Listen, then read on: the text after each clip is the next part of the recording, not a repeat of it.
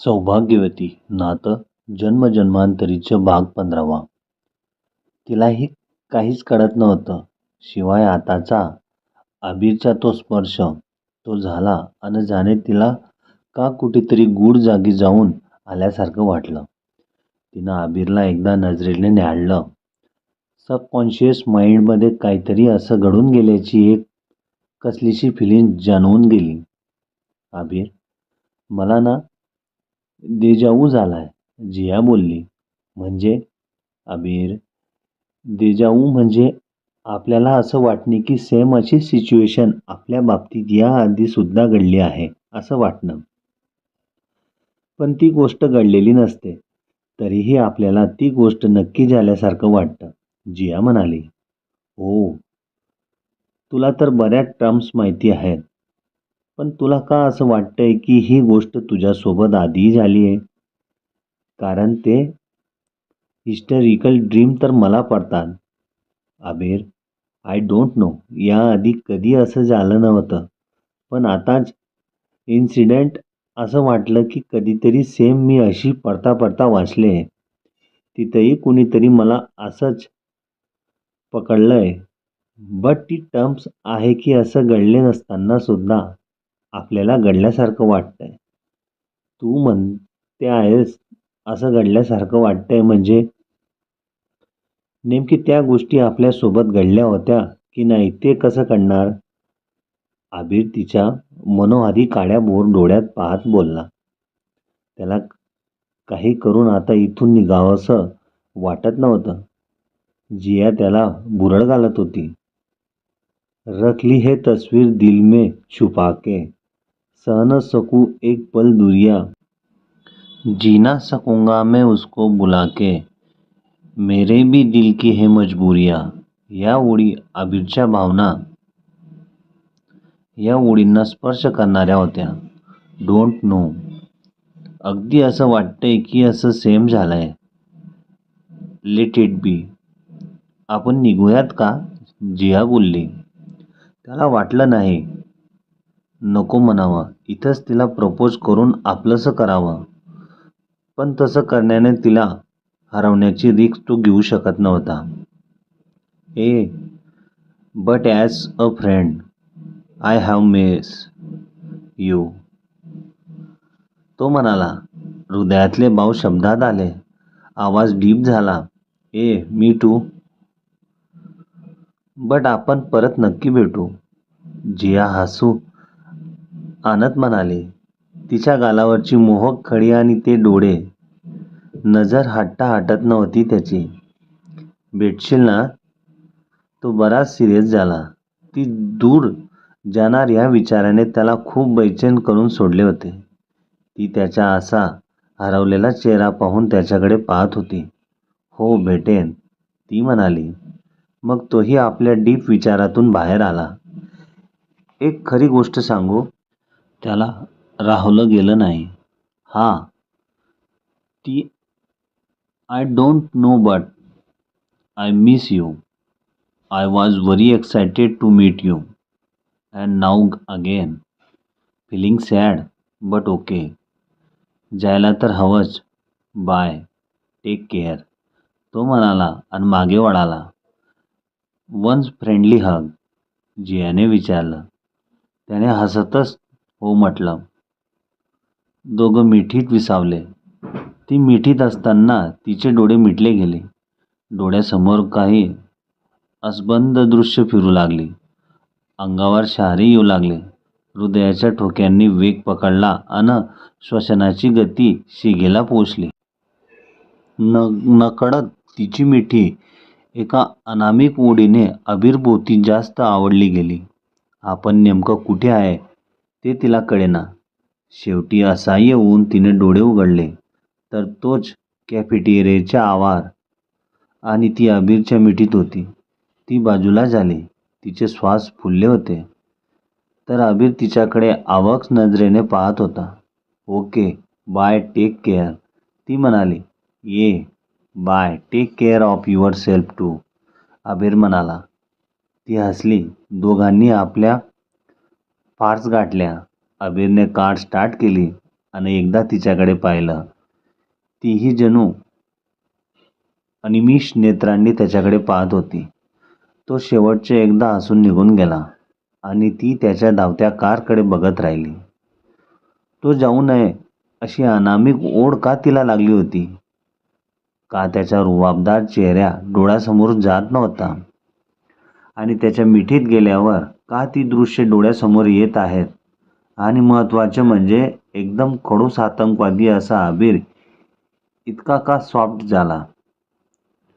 काही का असेना, त्याचा सहवास आता आवडत होता हे तिला स्वतःशी कबूल करावं लागलं.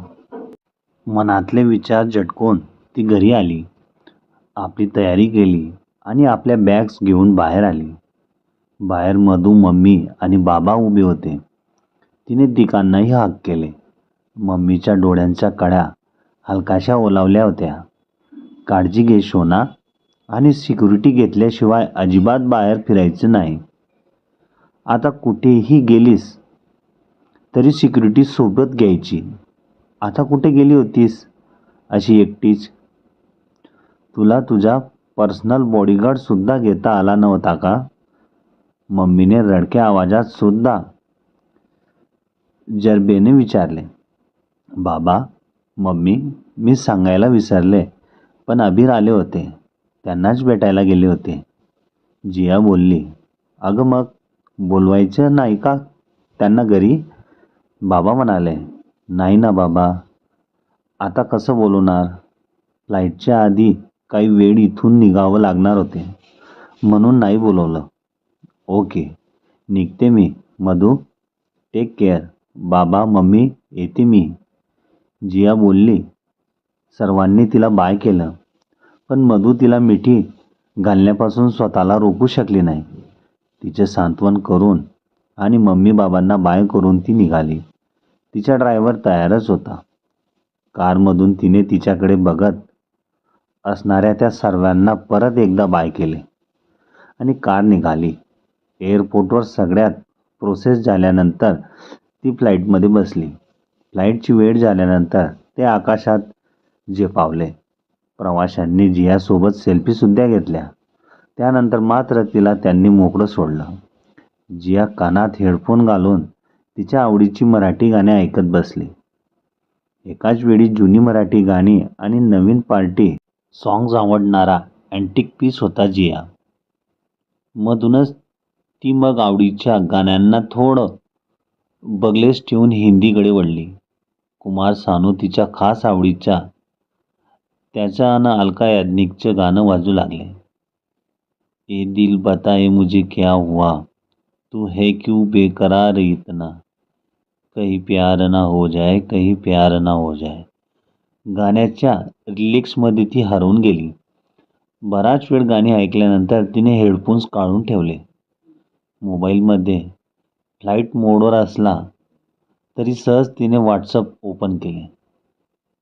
त्यात ती चॅट बघता बघता आबिरच्या नावावर आली. मग तिने डायरेक्ट त्यांचा पहिला मेसेज पाहिला. तोच होता ड्रॉइंगचा. आबिरचं ड्रॉइंग आणि तिच्या येणाऱ्या सिरियलचा लुक अगदी सेम होता. त्यानंतर त्याने केलं हाय आणि पुढे सुरू झालेलं चॅटिंग. एक एक ओळ पाहत पाहत ती खाली स्क्रोल करू लागली. नकळत तिच्या चेहऱ्यावर हसू पसरू लागलं.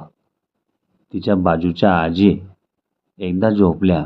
प्रवास सुरू झाल्यापासून त्या अजूनही उठल्या नव्हत्या.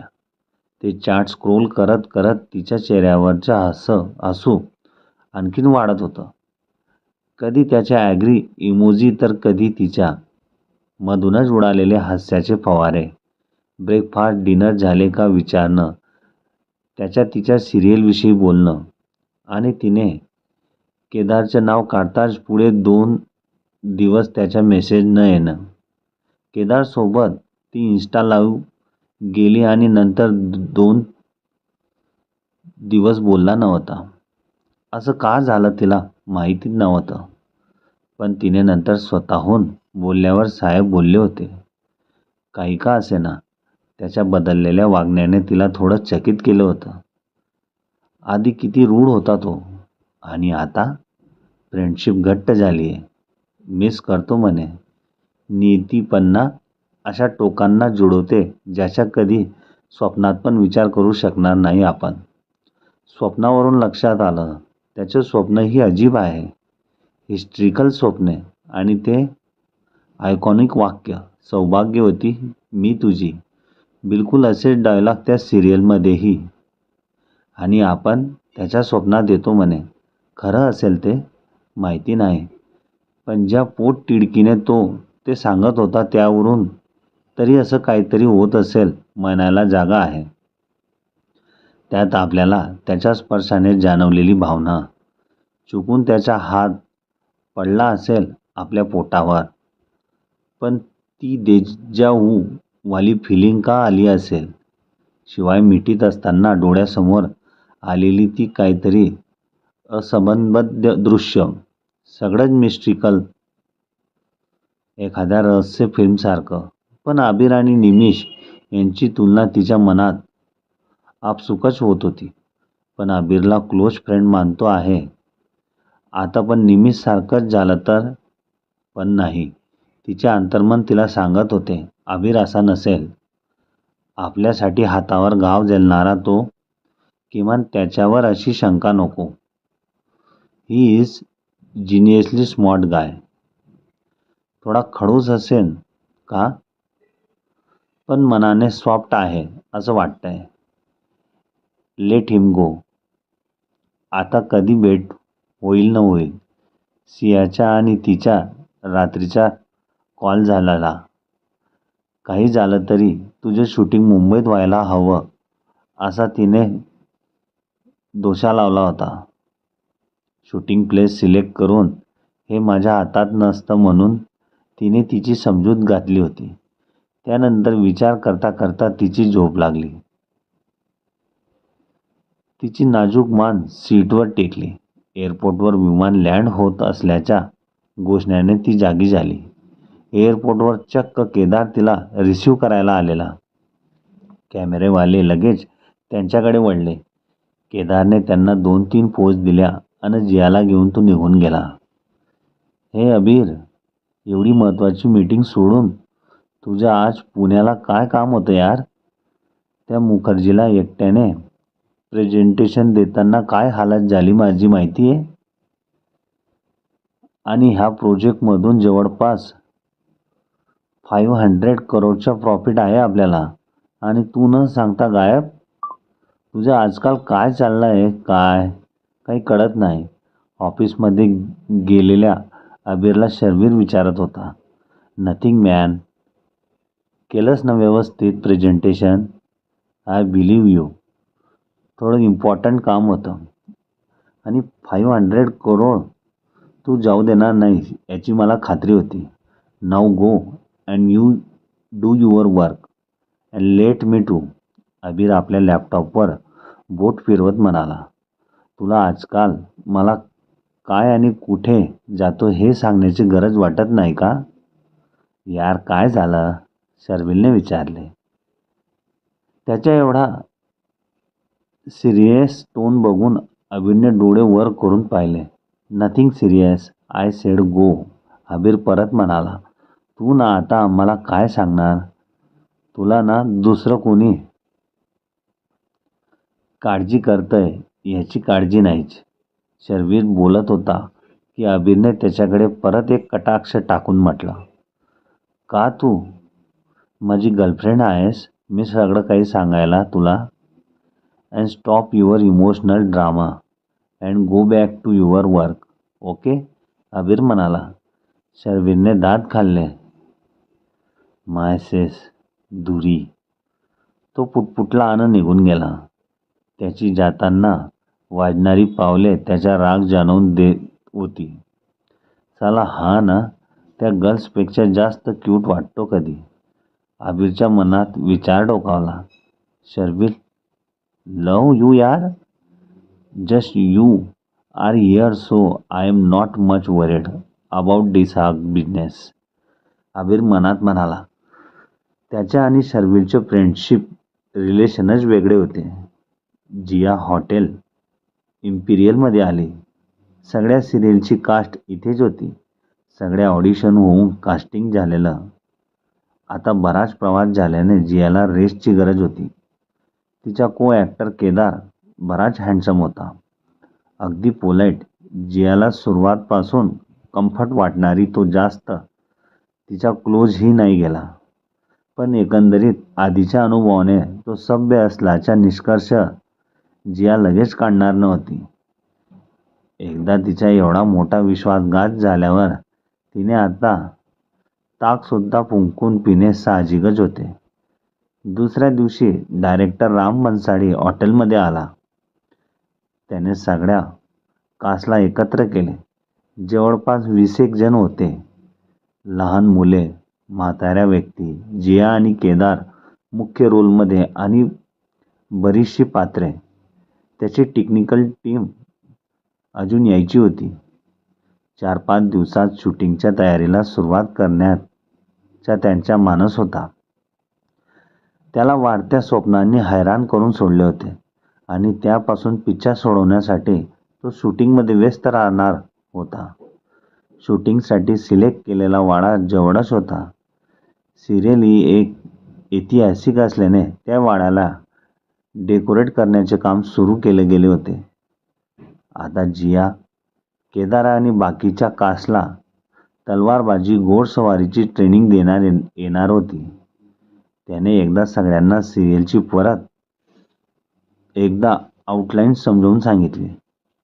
जियाला जवळपास 5-6 किलो वजनाचे दागिने आणि ती ऐतिहासिक वेशभूषा करावी लागणार होती. पण ती त्यासाठी उत्सुकच होती. त्या दिवशी सगळी कास्ट औरंगाबादमधली वेगवेगळी डेस्टिनेशन बघून आली. बाहेर ही काही ठिकाण शूट होणार होते, पण मुख्यतः वाड्यावरच जास्त होणार होते. दिवसभर फिरून दमलेले सगळे संध्याकाळी आपापल्या रूमवर परतले. जाताना केदार आणखी एकदा जियाकडे आला. Wow, you look absolutely beautiful in those outfit. Padmavati is character made for you, Kedar म्हणाला. Oh, thanks. But king Satyavrat is also on fire. तिनेही त्याचे कौतुक केले. कारण केदार हा त्याच्या आउटफिटमध्ये एकदम राजा भासत असे. त्याची भरदार बॉडी आणि चार्मिंग लुक त्याला राजा बनवण्यासाठी पुरेसा होता. एकमेकांशी काही जुजबी बोलून ते आपापल्या रूममध्ये गेले. जियाच्या रूमच्या विंडोमधून बाहेरच लुबवणार औरंगाबाद दिसत होते आणि मम्मीचा कॉल आलेला त्या सगळ्यांनी तिला काळजी घेण्याचा सल्ला दिलेला. निमितचा हल्ला अजूनही विस्मरणात गेला नव्हता. उद्यापासून तिला सगळा सराव सुरू करावा लागणार होता. आज राहून राहून तिला त्या पुण्यातल्या हॉटेलचा प्रसंग डोळ्यासमोर येत होता. असं वाटत होतं की अबीर आणि तिचा खूप पुराणा संबंध आहे. पण त्याच वेळी स्वतःचे विचार तिला तितकेच बालिश वाटत होते. पण काही का असेना, पण अबीरकडे ओढ घेत होते एवढे मात्र होते. त्याच्या ओळखीचा वाटलेला स्पर्श, पहिल्याच हगमध्ये अशी फिलिंग कशी काय येऊ शकते हे तिला कळत नव्हते. पण राहून राहून अबीरची आठवण येत होती. तो जवळ असायला हवा ही अनामिक फिलिंग येऊ लागली. त्याच्या खडूस ते क्लोज फ्रेंड बनवण्याचा सगळा प्रवास विराळच होता. तिने डायरेक्ट त्याला कॉल केला. काय रिंगमध्ये तो रिसिव्ह झाला. हॅलो, समोरून आवाज आला. त्याचा आवाज ऐकून तिला उगाच घाबरायला झालं. कारण त्याचा आवाज इतका डीप होता की बस. हाय अबीर. व्हॉट्सॲप, तिने म्हटलं. I am sorry, I am little bit busy. We will talk later, Abir म्हणाला. आणि समोरून कॉल चक्क कट झाला आणि तिचा मात्र पारा चढला. तिने फोन बेडवर फेकून दिला. मीच मूर्ख आहे. जरा क्लोज फ्रेंड म्हणून कॉल केला स्वतःहून तर बिझी असल्याचे कारण देऊन कट केला. अबीर, तू ना खडूस होतास आणि असणार. तू वाव खायला लागला. काल मारे डोळ्यात पाणी आणतोय की काय अशी अवस्था होती. आणि आज ॲटिट्यूड. आणि खरंच बिझी असता तर किमान समजूत तर घालायची ना. पण नाही, डायरेक्ट कॉल कट. तू ना परत मेसेज कर किंवा कॉल कर, सांगते तुला. जिया मनातच बडबडत होती. तिला भयंकर राग आलेला. एक महाराष्ट्र क्रश स्वतःहून कॉल करते आणि हा इग्नोर करतो. बाहेर गेले तर सेल्फीसाठी जुडम उडते आणि हा अटेन्शन दिलं तर खूपच हवेत गेला. जिया अशीच बडबडत राहिली मनात. इनोसेंट होती ती. तिने रागातच डिनर मागवला आणि डिनर खाऊन तिने आपलं जरुरीचे स्क्रीन केअर केले आणि मौशार दुलईत स्वतःला विजावून दिलं. त्या अबीरचं नाव काढायला नको, हाही एक निर्णय घेतला. दुसऱ्या दिवशी सकाळी त्याचा गुड मॉर्निंग आणि कॅन आय कॉल यूचा मेसेज पाहून आय विल किल यू वाली फिलिंग आली तिला. त्याच्या येणारा कॉल कट करून तिने फोन फेकला. पण तो परत फोन व्हायब्रेट होऊ लागला. कॉल कट केला गेलेला बघून अबीरने जियाला परत कॉल केला. बऱ्याच रिंग झाल्यावर कॉल उचलला गेला. काय आहे ना mister Abir, please don't disturb me cause I am busy. जियाचा टोन फारच रागीट होता. Listen Jiya, please listen me first. मी कॉल कट केला म्हणून रागावली आहेस माहिती आहे मला, बट एक्सक्यूज मी. मी काही रागवली वगैरे नाही, कळलं. मी का रागवू. कोण माझा कॉल ॲन्सर करू दे ऑर नॉट, मला काही फरक पडत नाही. जियाचा तेवढा रागीट सूर आणि तिचं बोलणं ऐकून तर त्याला हसूच आलं. तू रागावली आहेस की नाही ते तुझ्या टोनवरून कळतंय मिस महाराष्ट्र क्रश, अबीर म्हणाला. तिकडे जिया मग एकदम गप्प झाली. ओके लिसन, सॉरी नी कॉल कट केला. जेव्हा तुझ्याशी कॉलवर बोलत होतो तेव्हा डॅडना चक्कर आलेली. Siya was calling me so I had to go. Please don't be angry, Abir म्हणाला. जिया सर्द झाली. Oh my God, how is he now. Jiya विचारलं. He is okay now. तिची अशी इमर्जन्सीची हाक आल्यामुळे मला तुला रिझन द्यायला तुला वेळ नाही मिळाला. I am so sorry. अबीर. त्याच्या बोलण्याने तिचा राग निवाळला. त्याच्यावर उगाच चिडले असं तिला वाटू लागलं. No please don't say sorry. Sorry तर मी म्हणायला पाहिजे. रिझन जाणून घेतल्याशिवाय उगाच भडकले मी, जिया म्हणाली. नोप. तुला राग येणे साहजिकच होते. And no sorry. फक्त जरा संयम ठेवून रिझन जाणून घेत जा. ॲक्च्युअली मला असं वाटत होतं की माझ्या इतका ॲग्री कोणी नाही. But I was wrong. There is someone who is more angry or than me. Abir उपहासाने म्हणाला. ओ हॅलो, असं काही नाही. खरं तर तो देजा वू मुमेंट मला विसरता येत नव्हता. आणि काही नाही, बट असंच बोलावं वाटलं म्हणून कॉल केला. आणि असं झालं, जिया म्हणाली. Okay, it's okay. सो झालं का सुरू shooting. And don't forget to send me your photos. You know what your traditional look is gorgeous in drawing. Then just imagine how beautiful it will be in real photos. Abir जियाला traditional लुकमध्ये imagine करत बोलला. त्याच्या डोळ्यासमोर एक सुंदरशी जिया त्या ऐतिहासिक लुकमध्ये उभी राहिली. फक्त कल्पना करूनच त्याच्या हृदयात आनंदाचे तरंग उठले. नॉप. सुरुवातीला थोडं ट्रेनिंग आहे केदारला आणि मला horse riding, hunting and all बऱ्याच गोष्टी ट्रेनिंग घ्यावं लागेल. And I am excited to work with him. Kedar एकदम कूल ॲक्टर आहे. He is just nice guy, Jiya बोलली आणि आबिरला केदारचं कौतुक जियाच्या तोंडून ऐकून प्रचंड जेलसी फील झाली. का नाही होणार जेलस? प्रेम जे होतं ना तिच्यावर. तो बोलायचंच गप्प झाला. Hello, are you there? जियाने त्याचा आवाज न असल्याने विचारले. येस, ये. तो एवढंच कोरडपणाने बोलला. ओके, आणि मी फोटो पाठवू का? सिरियलच्या आधीचं माझं लूक लीक करू का? You should wait. ती म्हणाली. Oh, you must send me your piece. त्याचा attitude. Why I must. What you I not send you.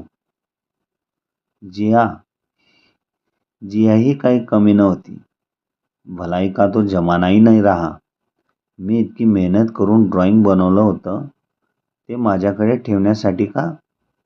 Me send केलंच ना. And it's okay. तुला जर पाठवायच्या असेल तर पाठव, नाहीतर नको.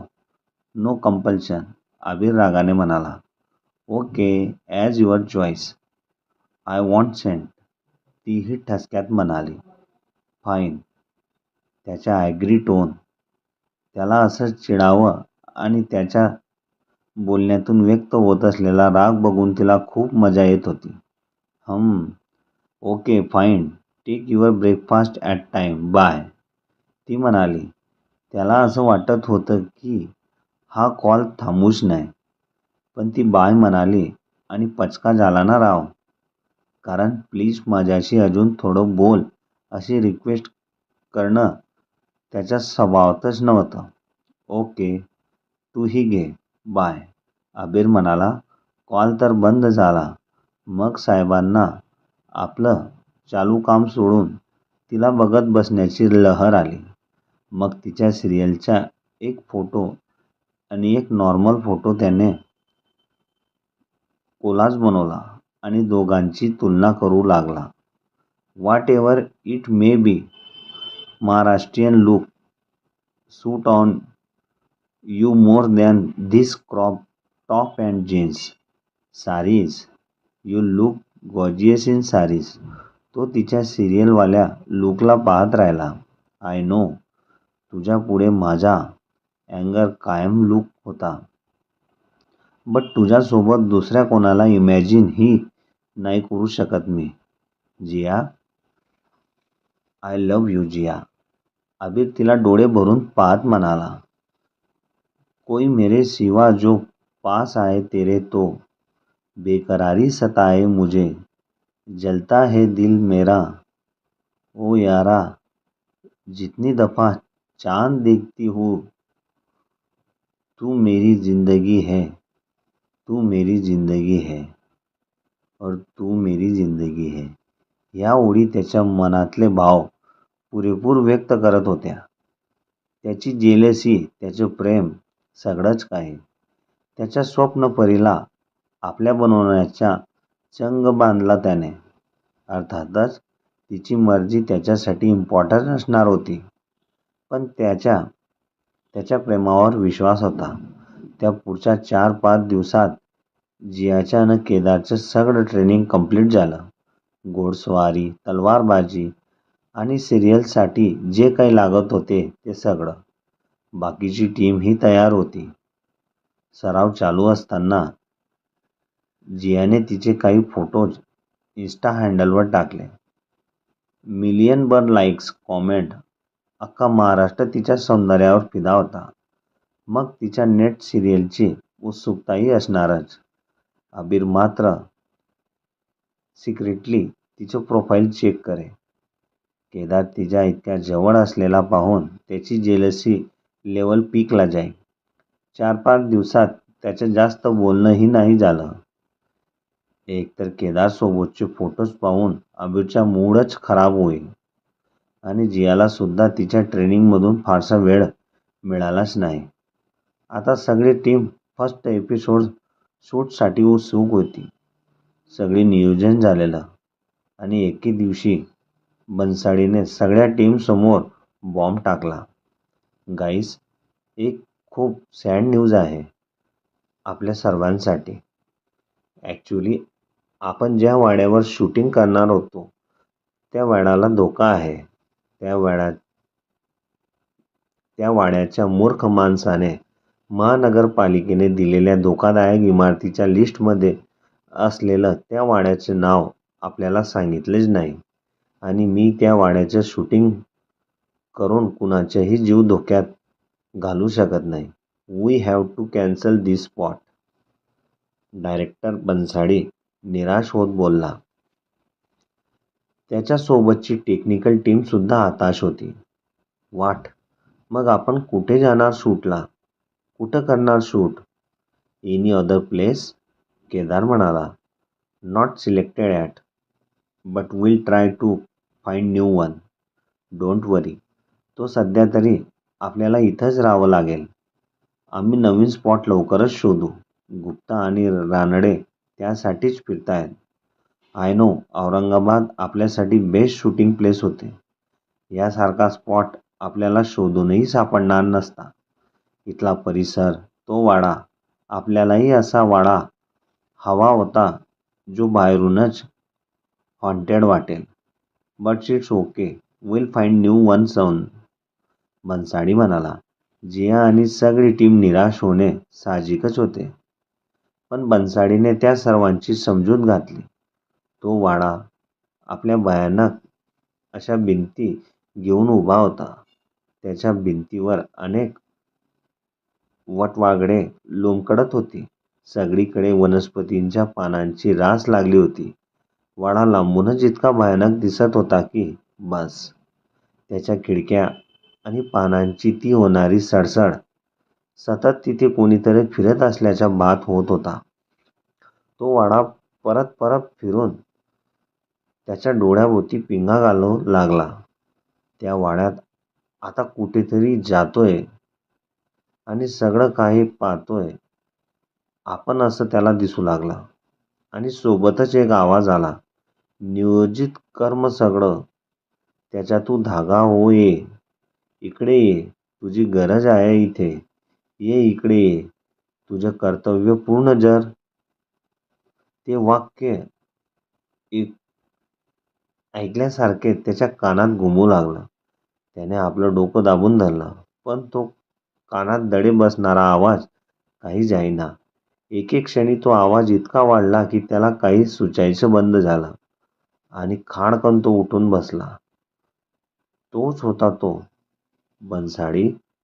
त्याचे अंग घामाने डबडबले. आजचा दुसरा दिवस होता हा वाडा स्वप्नात येण्याचा. आधी माणसं स्वप्नात येत होती, ती कमी की काय म्हणून आता हे असलं भयानक वाडेही स्वप्नात येत होते. आणि भरीसभर म्हणून त्या भयानक ओळी. नियोजित कर्म सगळं आणि काय काय असं वाटत होते जणू त्याच्याच आयुष्यात ऐतिहासिक मालिका घडते ज्याला हॉरर टच आहे. आज तर सोबतीला नलिनीही नव्हती त्याला आधार द्यायला. कोणता आहे हा वाडा? 2 दिवस एकच वाडा स्वप्नात येतोय. का असं? काल फक्त वाडा आलेला आणि आज त्या भयानक ओळी. कसलं नियोजित कर्म, कसला धागा आणि कुठे गरज आहे माझी? कर्तव्य आणि काय काय म्हणजे कशाच्या कशाचीच संबंध लागत नाही. माझा आजार ऐकून डॉक्टरसुद्धा पळून जातील.